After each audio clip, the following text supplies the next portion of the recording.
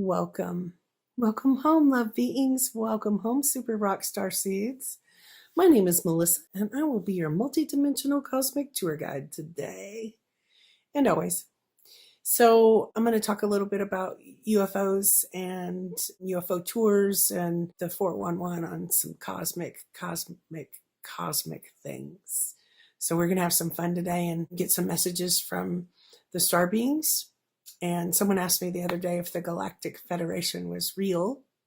So I'm going to start with that. And I would like to say yes, there's Galactic Federation. However, remember, all things have been distorted. So it's easy when there's a good thing or a good teacher or a good vibration for it to be infested by darker energies. And that's probably what's happening. So the angels have integrated and processed a lot of the lower upside down for us, and the multi-dimensional, multi-density things going on, the higher selves and these different realities or experiences of vibrations and frequencies that we would call multi-dimensions are also being cleansed and cleared and balanced as the universe is balancing.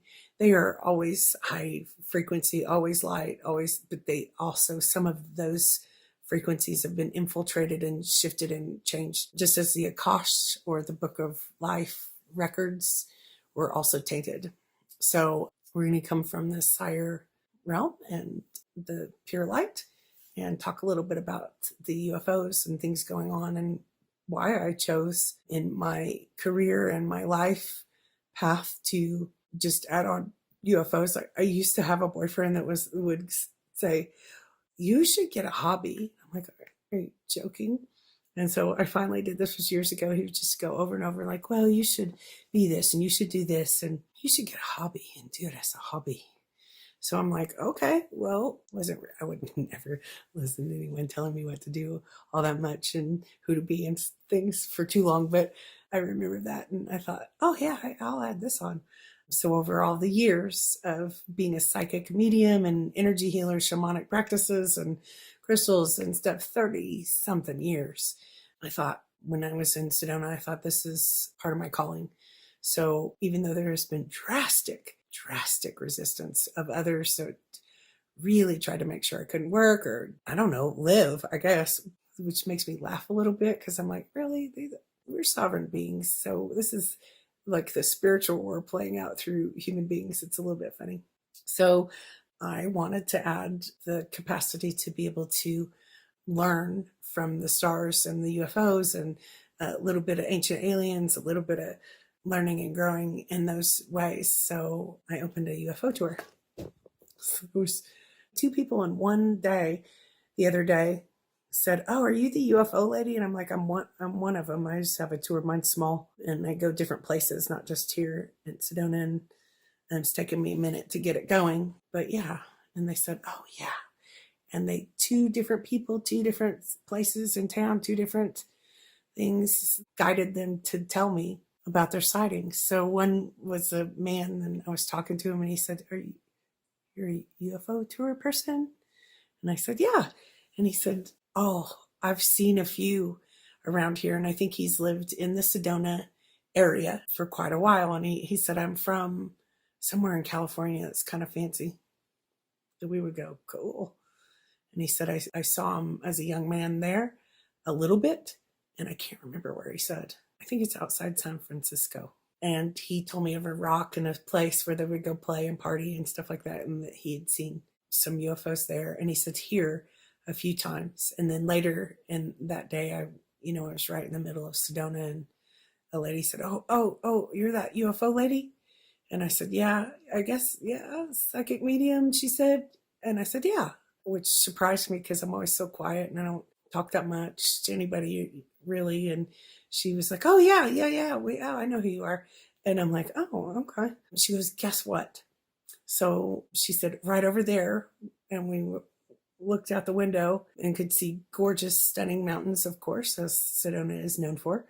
And she said, I've seen green, white light, kind of like driving home with me down into the Oak Creek area, like the 89A, which is the street or highway that goes through town. And she said I was going home and I could see her coming right over the mountain and coming down. And she said, I've seen some over in Jerome. And a couple of days before, I'd talked to somebody who had seen many in Jerome, which is a town, ghost town, old mining town that's really, really close to Sedona and one of my favorite places. It's a super freaky, weird, cool place. So that was just delighting me and reminded me that I was on track, even though it had been very hard to get to where I am today, and to remember my calling in my heart and to, have some tours. Some of the reasons that I chose also was because I've always, since I was a little child, felt the star beings. And sometimes I didn't realize that people were scared. But sometimes there have been in humanity's consciousness, they're trying to needle in dark beings. And of course, that's gross. We do not consent and we do not add that in. But the dark beings of some kind have infested every single one of us with darker energy.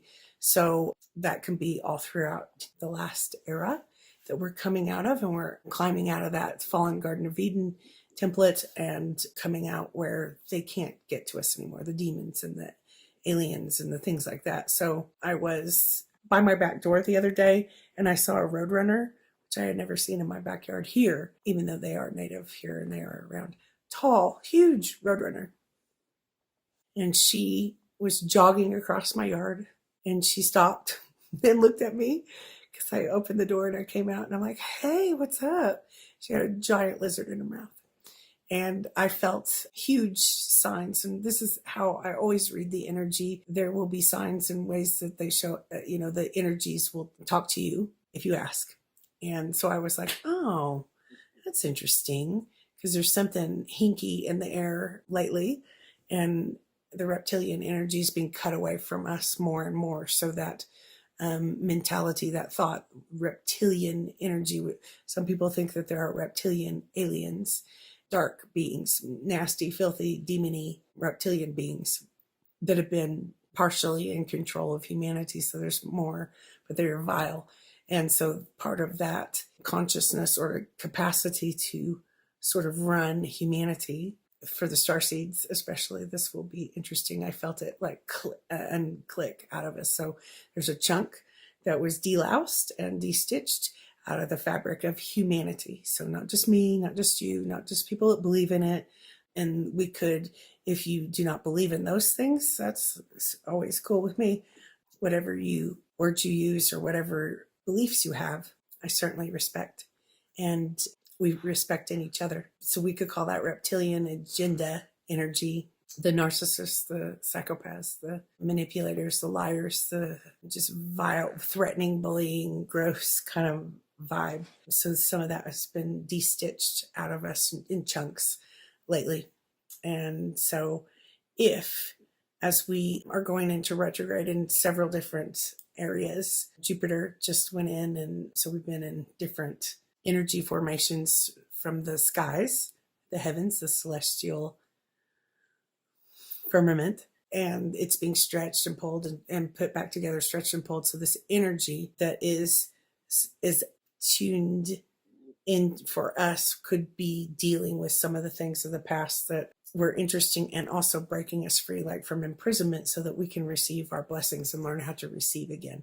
So that's what that sign of the roadrunner jogging across my yard, the giant lizard in her mouth, and then looking at me with this lizard in her mouth. And she went, and ran out the other side of my backyard. So I thought, oh, that was pretty cute. And of course, not all lizards are scary, and certainly not all extraterrestrial things or star beings are scary. In fact, it would be more so the other direction. So we would always ask for, on a tour or any way, shape, or form, for only pure divine light. So that would be celestial beings of pure divine light. Certainly none with any agenda, or, as the story goes, many, many years ago, probably more than once, probably a whole lot, perhaps some of the world leaders, some of the kings or the directors kind of sold us to like as guinea pig experiments. And so that sucks, and that's over. So we're cleaning up that and coming back into sovereignty as a collective consciousness, unity consciousness. We would never allow dark things or terrible Men in Black movies or alien movies to happen to us, of course. So we're coming back into the state of being where we are. It's going to be a little bit more like Star Trek, Star Wars, where they are coming together in different races and types of beings in harmony and working together and, you know, exploring the next part of the universe together and the next things that humanity can learn as humanity comes back into balance. So it was pretty cool hearing the stories the other day and remembering some of my calling, which goes further than just psychic medium work or just energy healing work or whatever pieces. It kind of all goes together. And so we get to explore and grow, and I'll be able to bring some footages and things like that over time and show some of the UFOs if you guys want to watch, and possibly get some messages from the divine star beings who are in the different dimensions, and they travel and understand things in different ways, in such cool ways. It's just unbelievable. So please know that we can kind of learn and grow together, and it'll be really fun. So what's your favorite UFO sighting experience? What is your favorite time that you've been outside and saw the stars move? It was several years ago, 4, 5, 6, I don't know how long ago, but my friend, my BFF from Tulsa was here, and we had family here, and it was important. And so some of the other family friends, loved ones came with her. She usually has a group.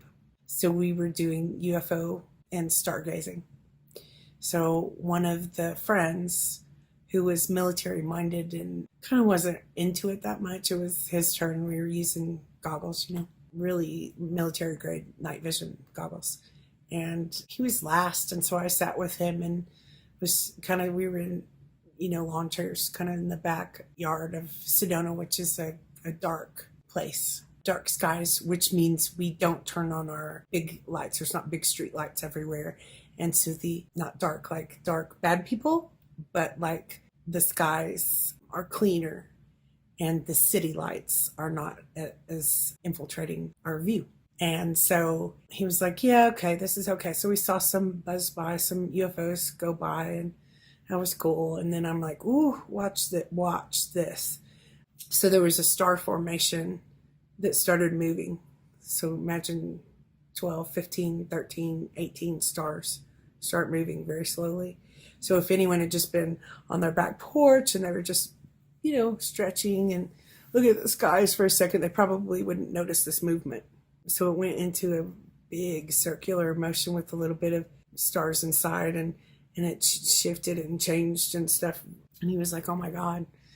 And I don't know what they were doing, but it did feel like it's almost like a portal, or they were, there were many ships and many directions, and they were readjusting something and they were doing something. And so I wasn't really asking the star beings to tell me exactly, precisely what was going on, but there was some peculiar formations that were coming about. We watched for quite a while until our necks and our backs got really tired. It's hard to hold that up for hours at a time, but we watched for a long time, and we were like, yeah, that's once in a lifetime. No, we're never going to see anything like that again.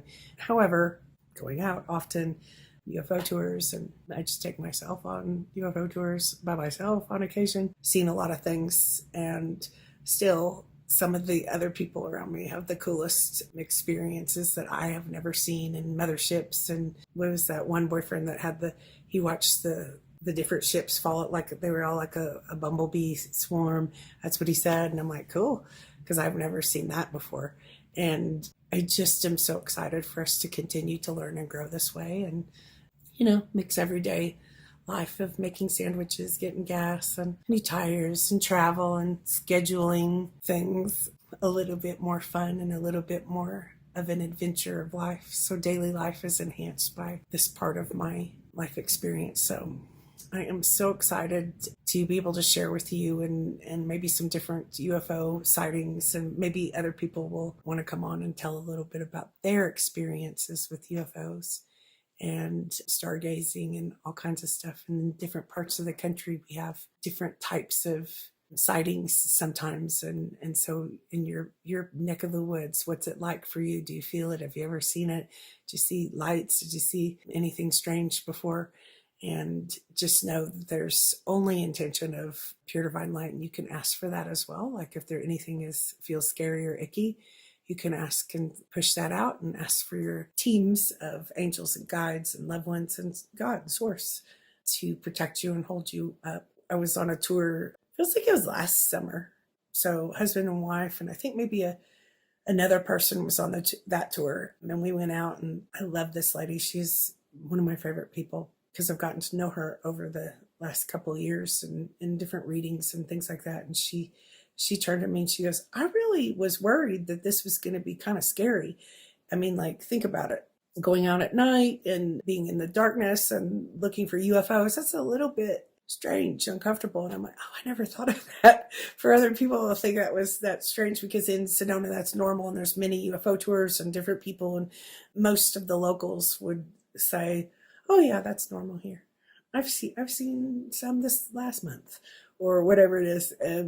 That's just kind of normal, and we know it's sort of a peaceful place, so no one here is worried about getting abducted or things like that all that often, I don't think.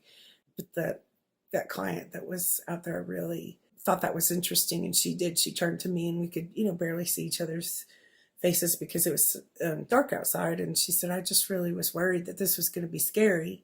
And her husband's an engineer, and he asks a lot of questions. Who I just love this family. Like, I think I'm adopting myself into their family. Love them. And I always think it's funny because he's like, oh my God. So that night we saw lots of little UFOs with, it looked like little tops on it. It looks like little symbols, tops, George Jetson mobiles, things like that. And dancing stars that were just, they can sparkle a little bit, but they were moving in alignment like this. And I'm like, yeah, that's. So they've also told me, they meaning the star beings, the light, we have been in a process of disclosure for a long time. There are different types of light beings in the sky, and for the most part, they are here to hold us up and keep us safe as we are awakening and awakening and awakening, going through these big dark nights of the soul and cracking open, which shifts this energy around us and in many layers. And as I always talk about, systems and frequencies. So we're back in divine order, so heaven can be on earth, and we can be in a harmony, balanced, unity mindset, and come back into happier era times. So some of the sightings sort of just delight me. And I hope this was fun, and let me know what kind of things you've seen in the sky, or what inklings you have, or what, people ask me all the time about their star family origins, like what race am I, or what grouping of star beings am I? And I love that, because we can ask in a psychic medium reading. It can be in the past life regression. It could be in all kinds of different things. And if you would like to make an appointment and have your galactic cosmic background and ask questions in those arenas, the information's in the box below. And yeah, all you have to do is ask. We can find out answers and sometimes find out some of the mysteries of the world in that way. And so pretty cool to be able to add that to all the years of my life path and my work, and being able to listen to my heart's calling and share it with you guys. So thank you all so much, and thank you for the likes and the shares and the subscribes as always, and suggestions. And if anyone wants to tell about a UFO sighting and tell what it was like and how it felt, or if you sometimes feel the celestial divine beings, which are a little bit different than just your guardian angel levels and layers and teams. They just feel different. The frequencies feel different. Just like each person that you're around feels different. They have different frequencies. So yeah, let me know if you have any cool stories to tell. And I send you great big hugs and heart blessings and pure divine love to each and every one of you and all over the universe. Okay, you guys, many blessings and welcome home, Starseeds. Welcome home.